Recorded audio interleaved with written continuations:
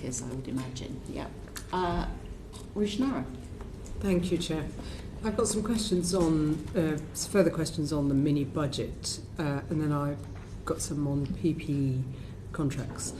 I'm going to start off with Beth Russell and Kat Little, as you were in post during the mini budget position. So did Treasury officials give advice to the then Chancellor about the potential impact of the mini budget on financial markets? You mentioned that there was some advice given. Could you just say a bit more about the nature of that advice? And also, did the market reaction come up as a surprise to officials, including yourselves? So, if I come in, then Kat may want to contribute as well. I mean, I don't think we should get into a sort of blow-by-blow account of the exact advice that we gave to ministers. Obviously, that's confidential. Well, but as I think it would be helpful for taxpayers to know, because they have been seriously detrimental. There have been detrimental effects. So we do need to know what the answers to those questions, please. So, as I said earlier, we gave advice on the cost of measures in the normal way, the economic and fiscal backdrop, the economic and fiscal impacts of measures. We gave advice on the consequences for the financing requirement, and we gave advice on what was happening in the markets and the market expectations. So can you just say? So you explained that you explained the market reaction to ministers. You explained, or did that come as a surprise to you when the mini budget was announced? So I think it's fair to say that we knew that there were risks, and it was something that we heightened our monitoring around, particularly because of the impact of Did you explain what the risks? Apologies, Beth. So did you explain what the risks were to ministers when you were giving advice? Yes, I'm confident that we did explain all the risks that we should have done. Can you shed light on what precisely you were setting out in terms of risks and market reaction? So, as I said, in terms of the risk of the fact that the financing requirement was going to be much higher as a result of this event, the risk around market expectations and the potential mismatch between the size of the intervention and what was expected by the market. Did you provide any numbers? Did you provide any numbers in terms of what the cost would be and the fallout would be if ministers pursued the course of action that they were pursuing? We obviously provided advice on the cost of the measures. In terms of the market reaction, I mean, that's a very difficult thing to predict, and I don't think we could have advised on exactly what that would be. But you did raise the alarm bells. You're saying that you did point out the risks and you did raise the alarm bells. We did, yeah. And what was the reaction of ministers when you raised the alarm bells in advance of the mini budget announcement? Well, as James said earlier, it's for us to advise the ministers to decide. So they basically said they were going to ignore you. Is the euphemism of what you're saying is they basically said, no, we're going to go ahead, and ignored you? I wouldn't, I mean, that's your words rather than mine, but we provided all the advice that I think we should have provided. Okay, thank you. So following the autumn statement, Richard Hughes from the OBR told us that fiscal decisions need to be informed by an up-to-date view of the economic outlook. Is that the Treasury's view as well? Yes.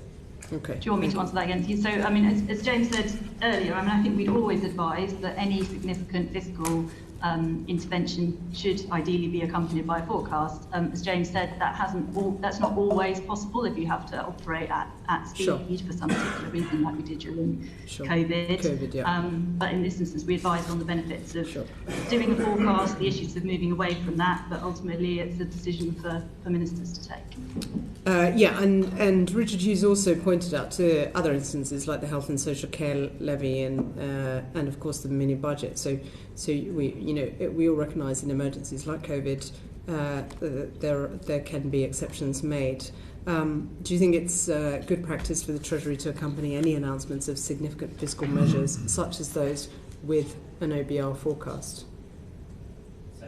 As James said earlier, yes, that's what we'd usually advise, yes. Okay. Do you think anything should be done to stop ministers getting into the habit of renaming things so that they don't have to provide independent forecasts or find other excuses, as we've seen in recent times, leaving aside COVID and other major crises? Yeah, well, I think the absolute clear lesson, so I'm happy to state it, from past events were that you don't want to separate the loosening from the forecast and from the consolidation. So very happy to state that those things are better done together.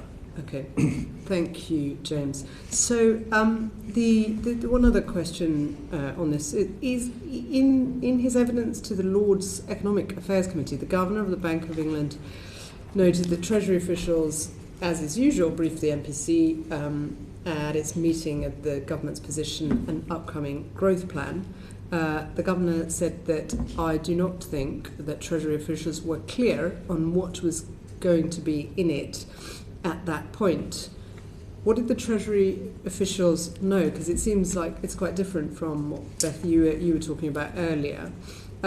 Was the briefing different to other briefings that they've been given to previous MPC meetings at similar times?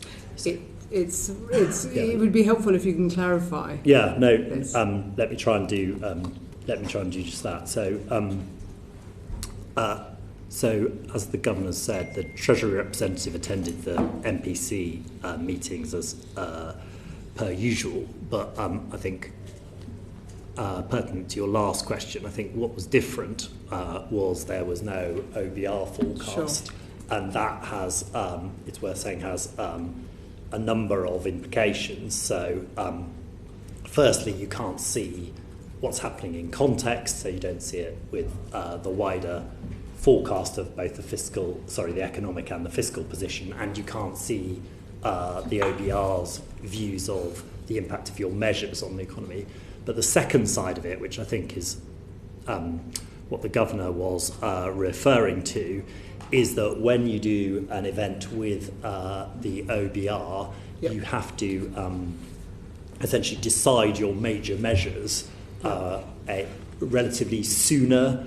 You have to shut them down sometimes over a week before Yep. the event thing. Those meetings of the MPC happened over a period of time. In a normal run of affairs, if it was the case that you were having these two events so close to each other, the Treasury official would be able to say with certainty what ministers have and haven't decided quite a bit before the fiscal event, and that wasn't the case here. Okay. So this particular official who speaks to the MPC wasn't able to brief the bank appropriately, given what you're saying.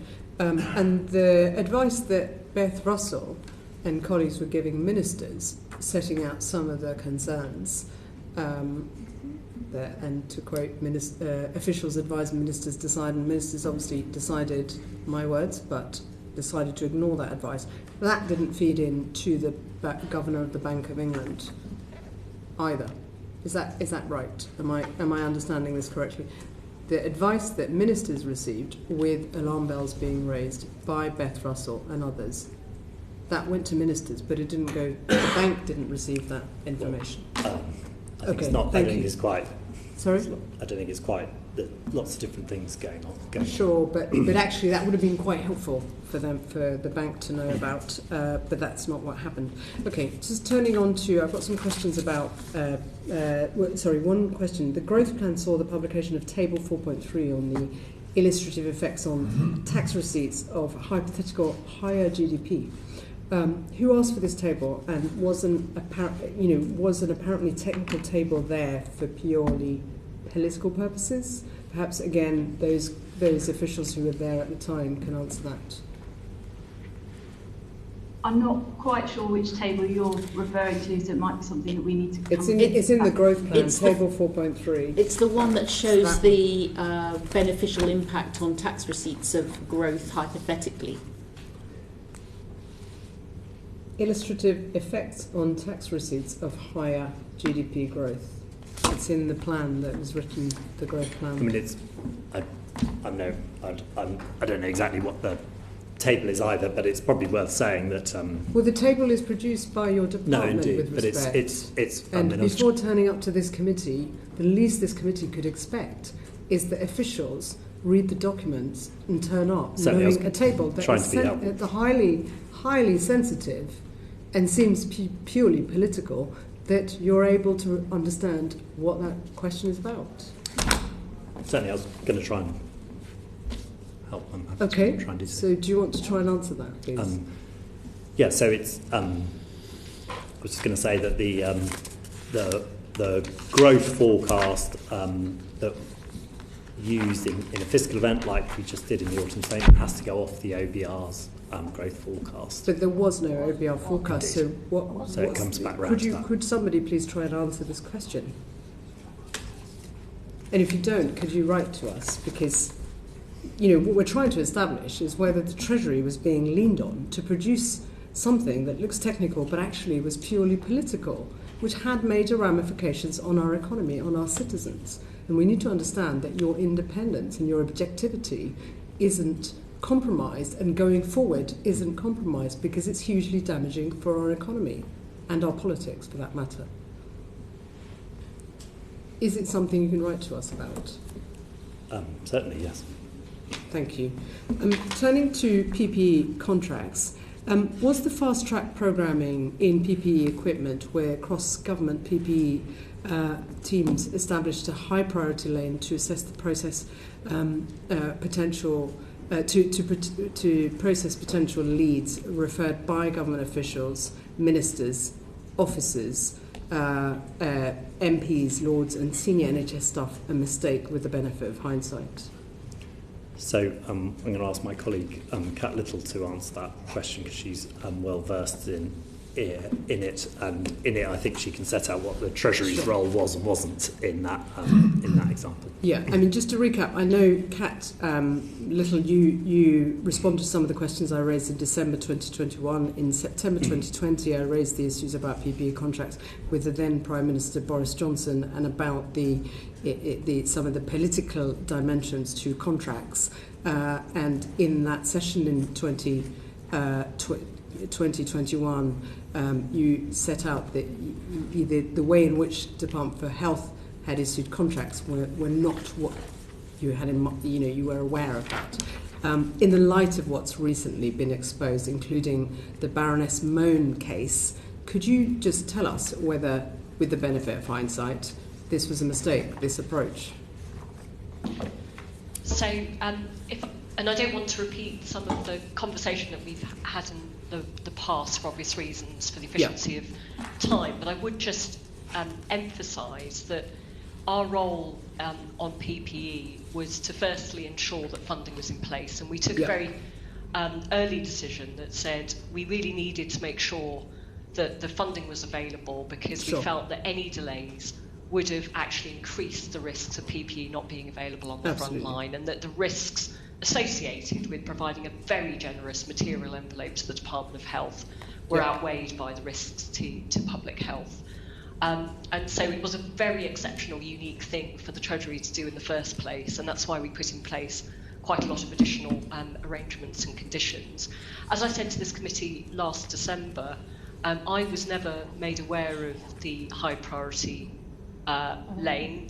What I can say is that clearly... Sorry, could you repeat that? Sorry, so I wasn't personally aware,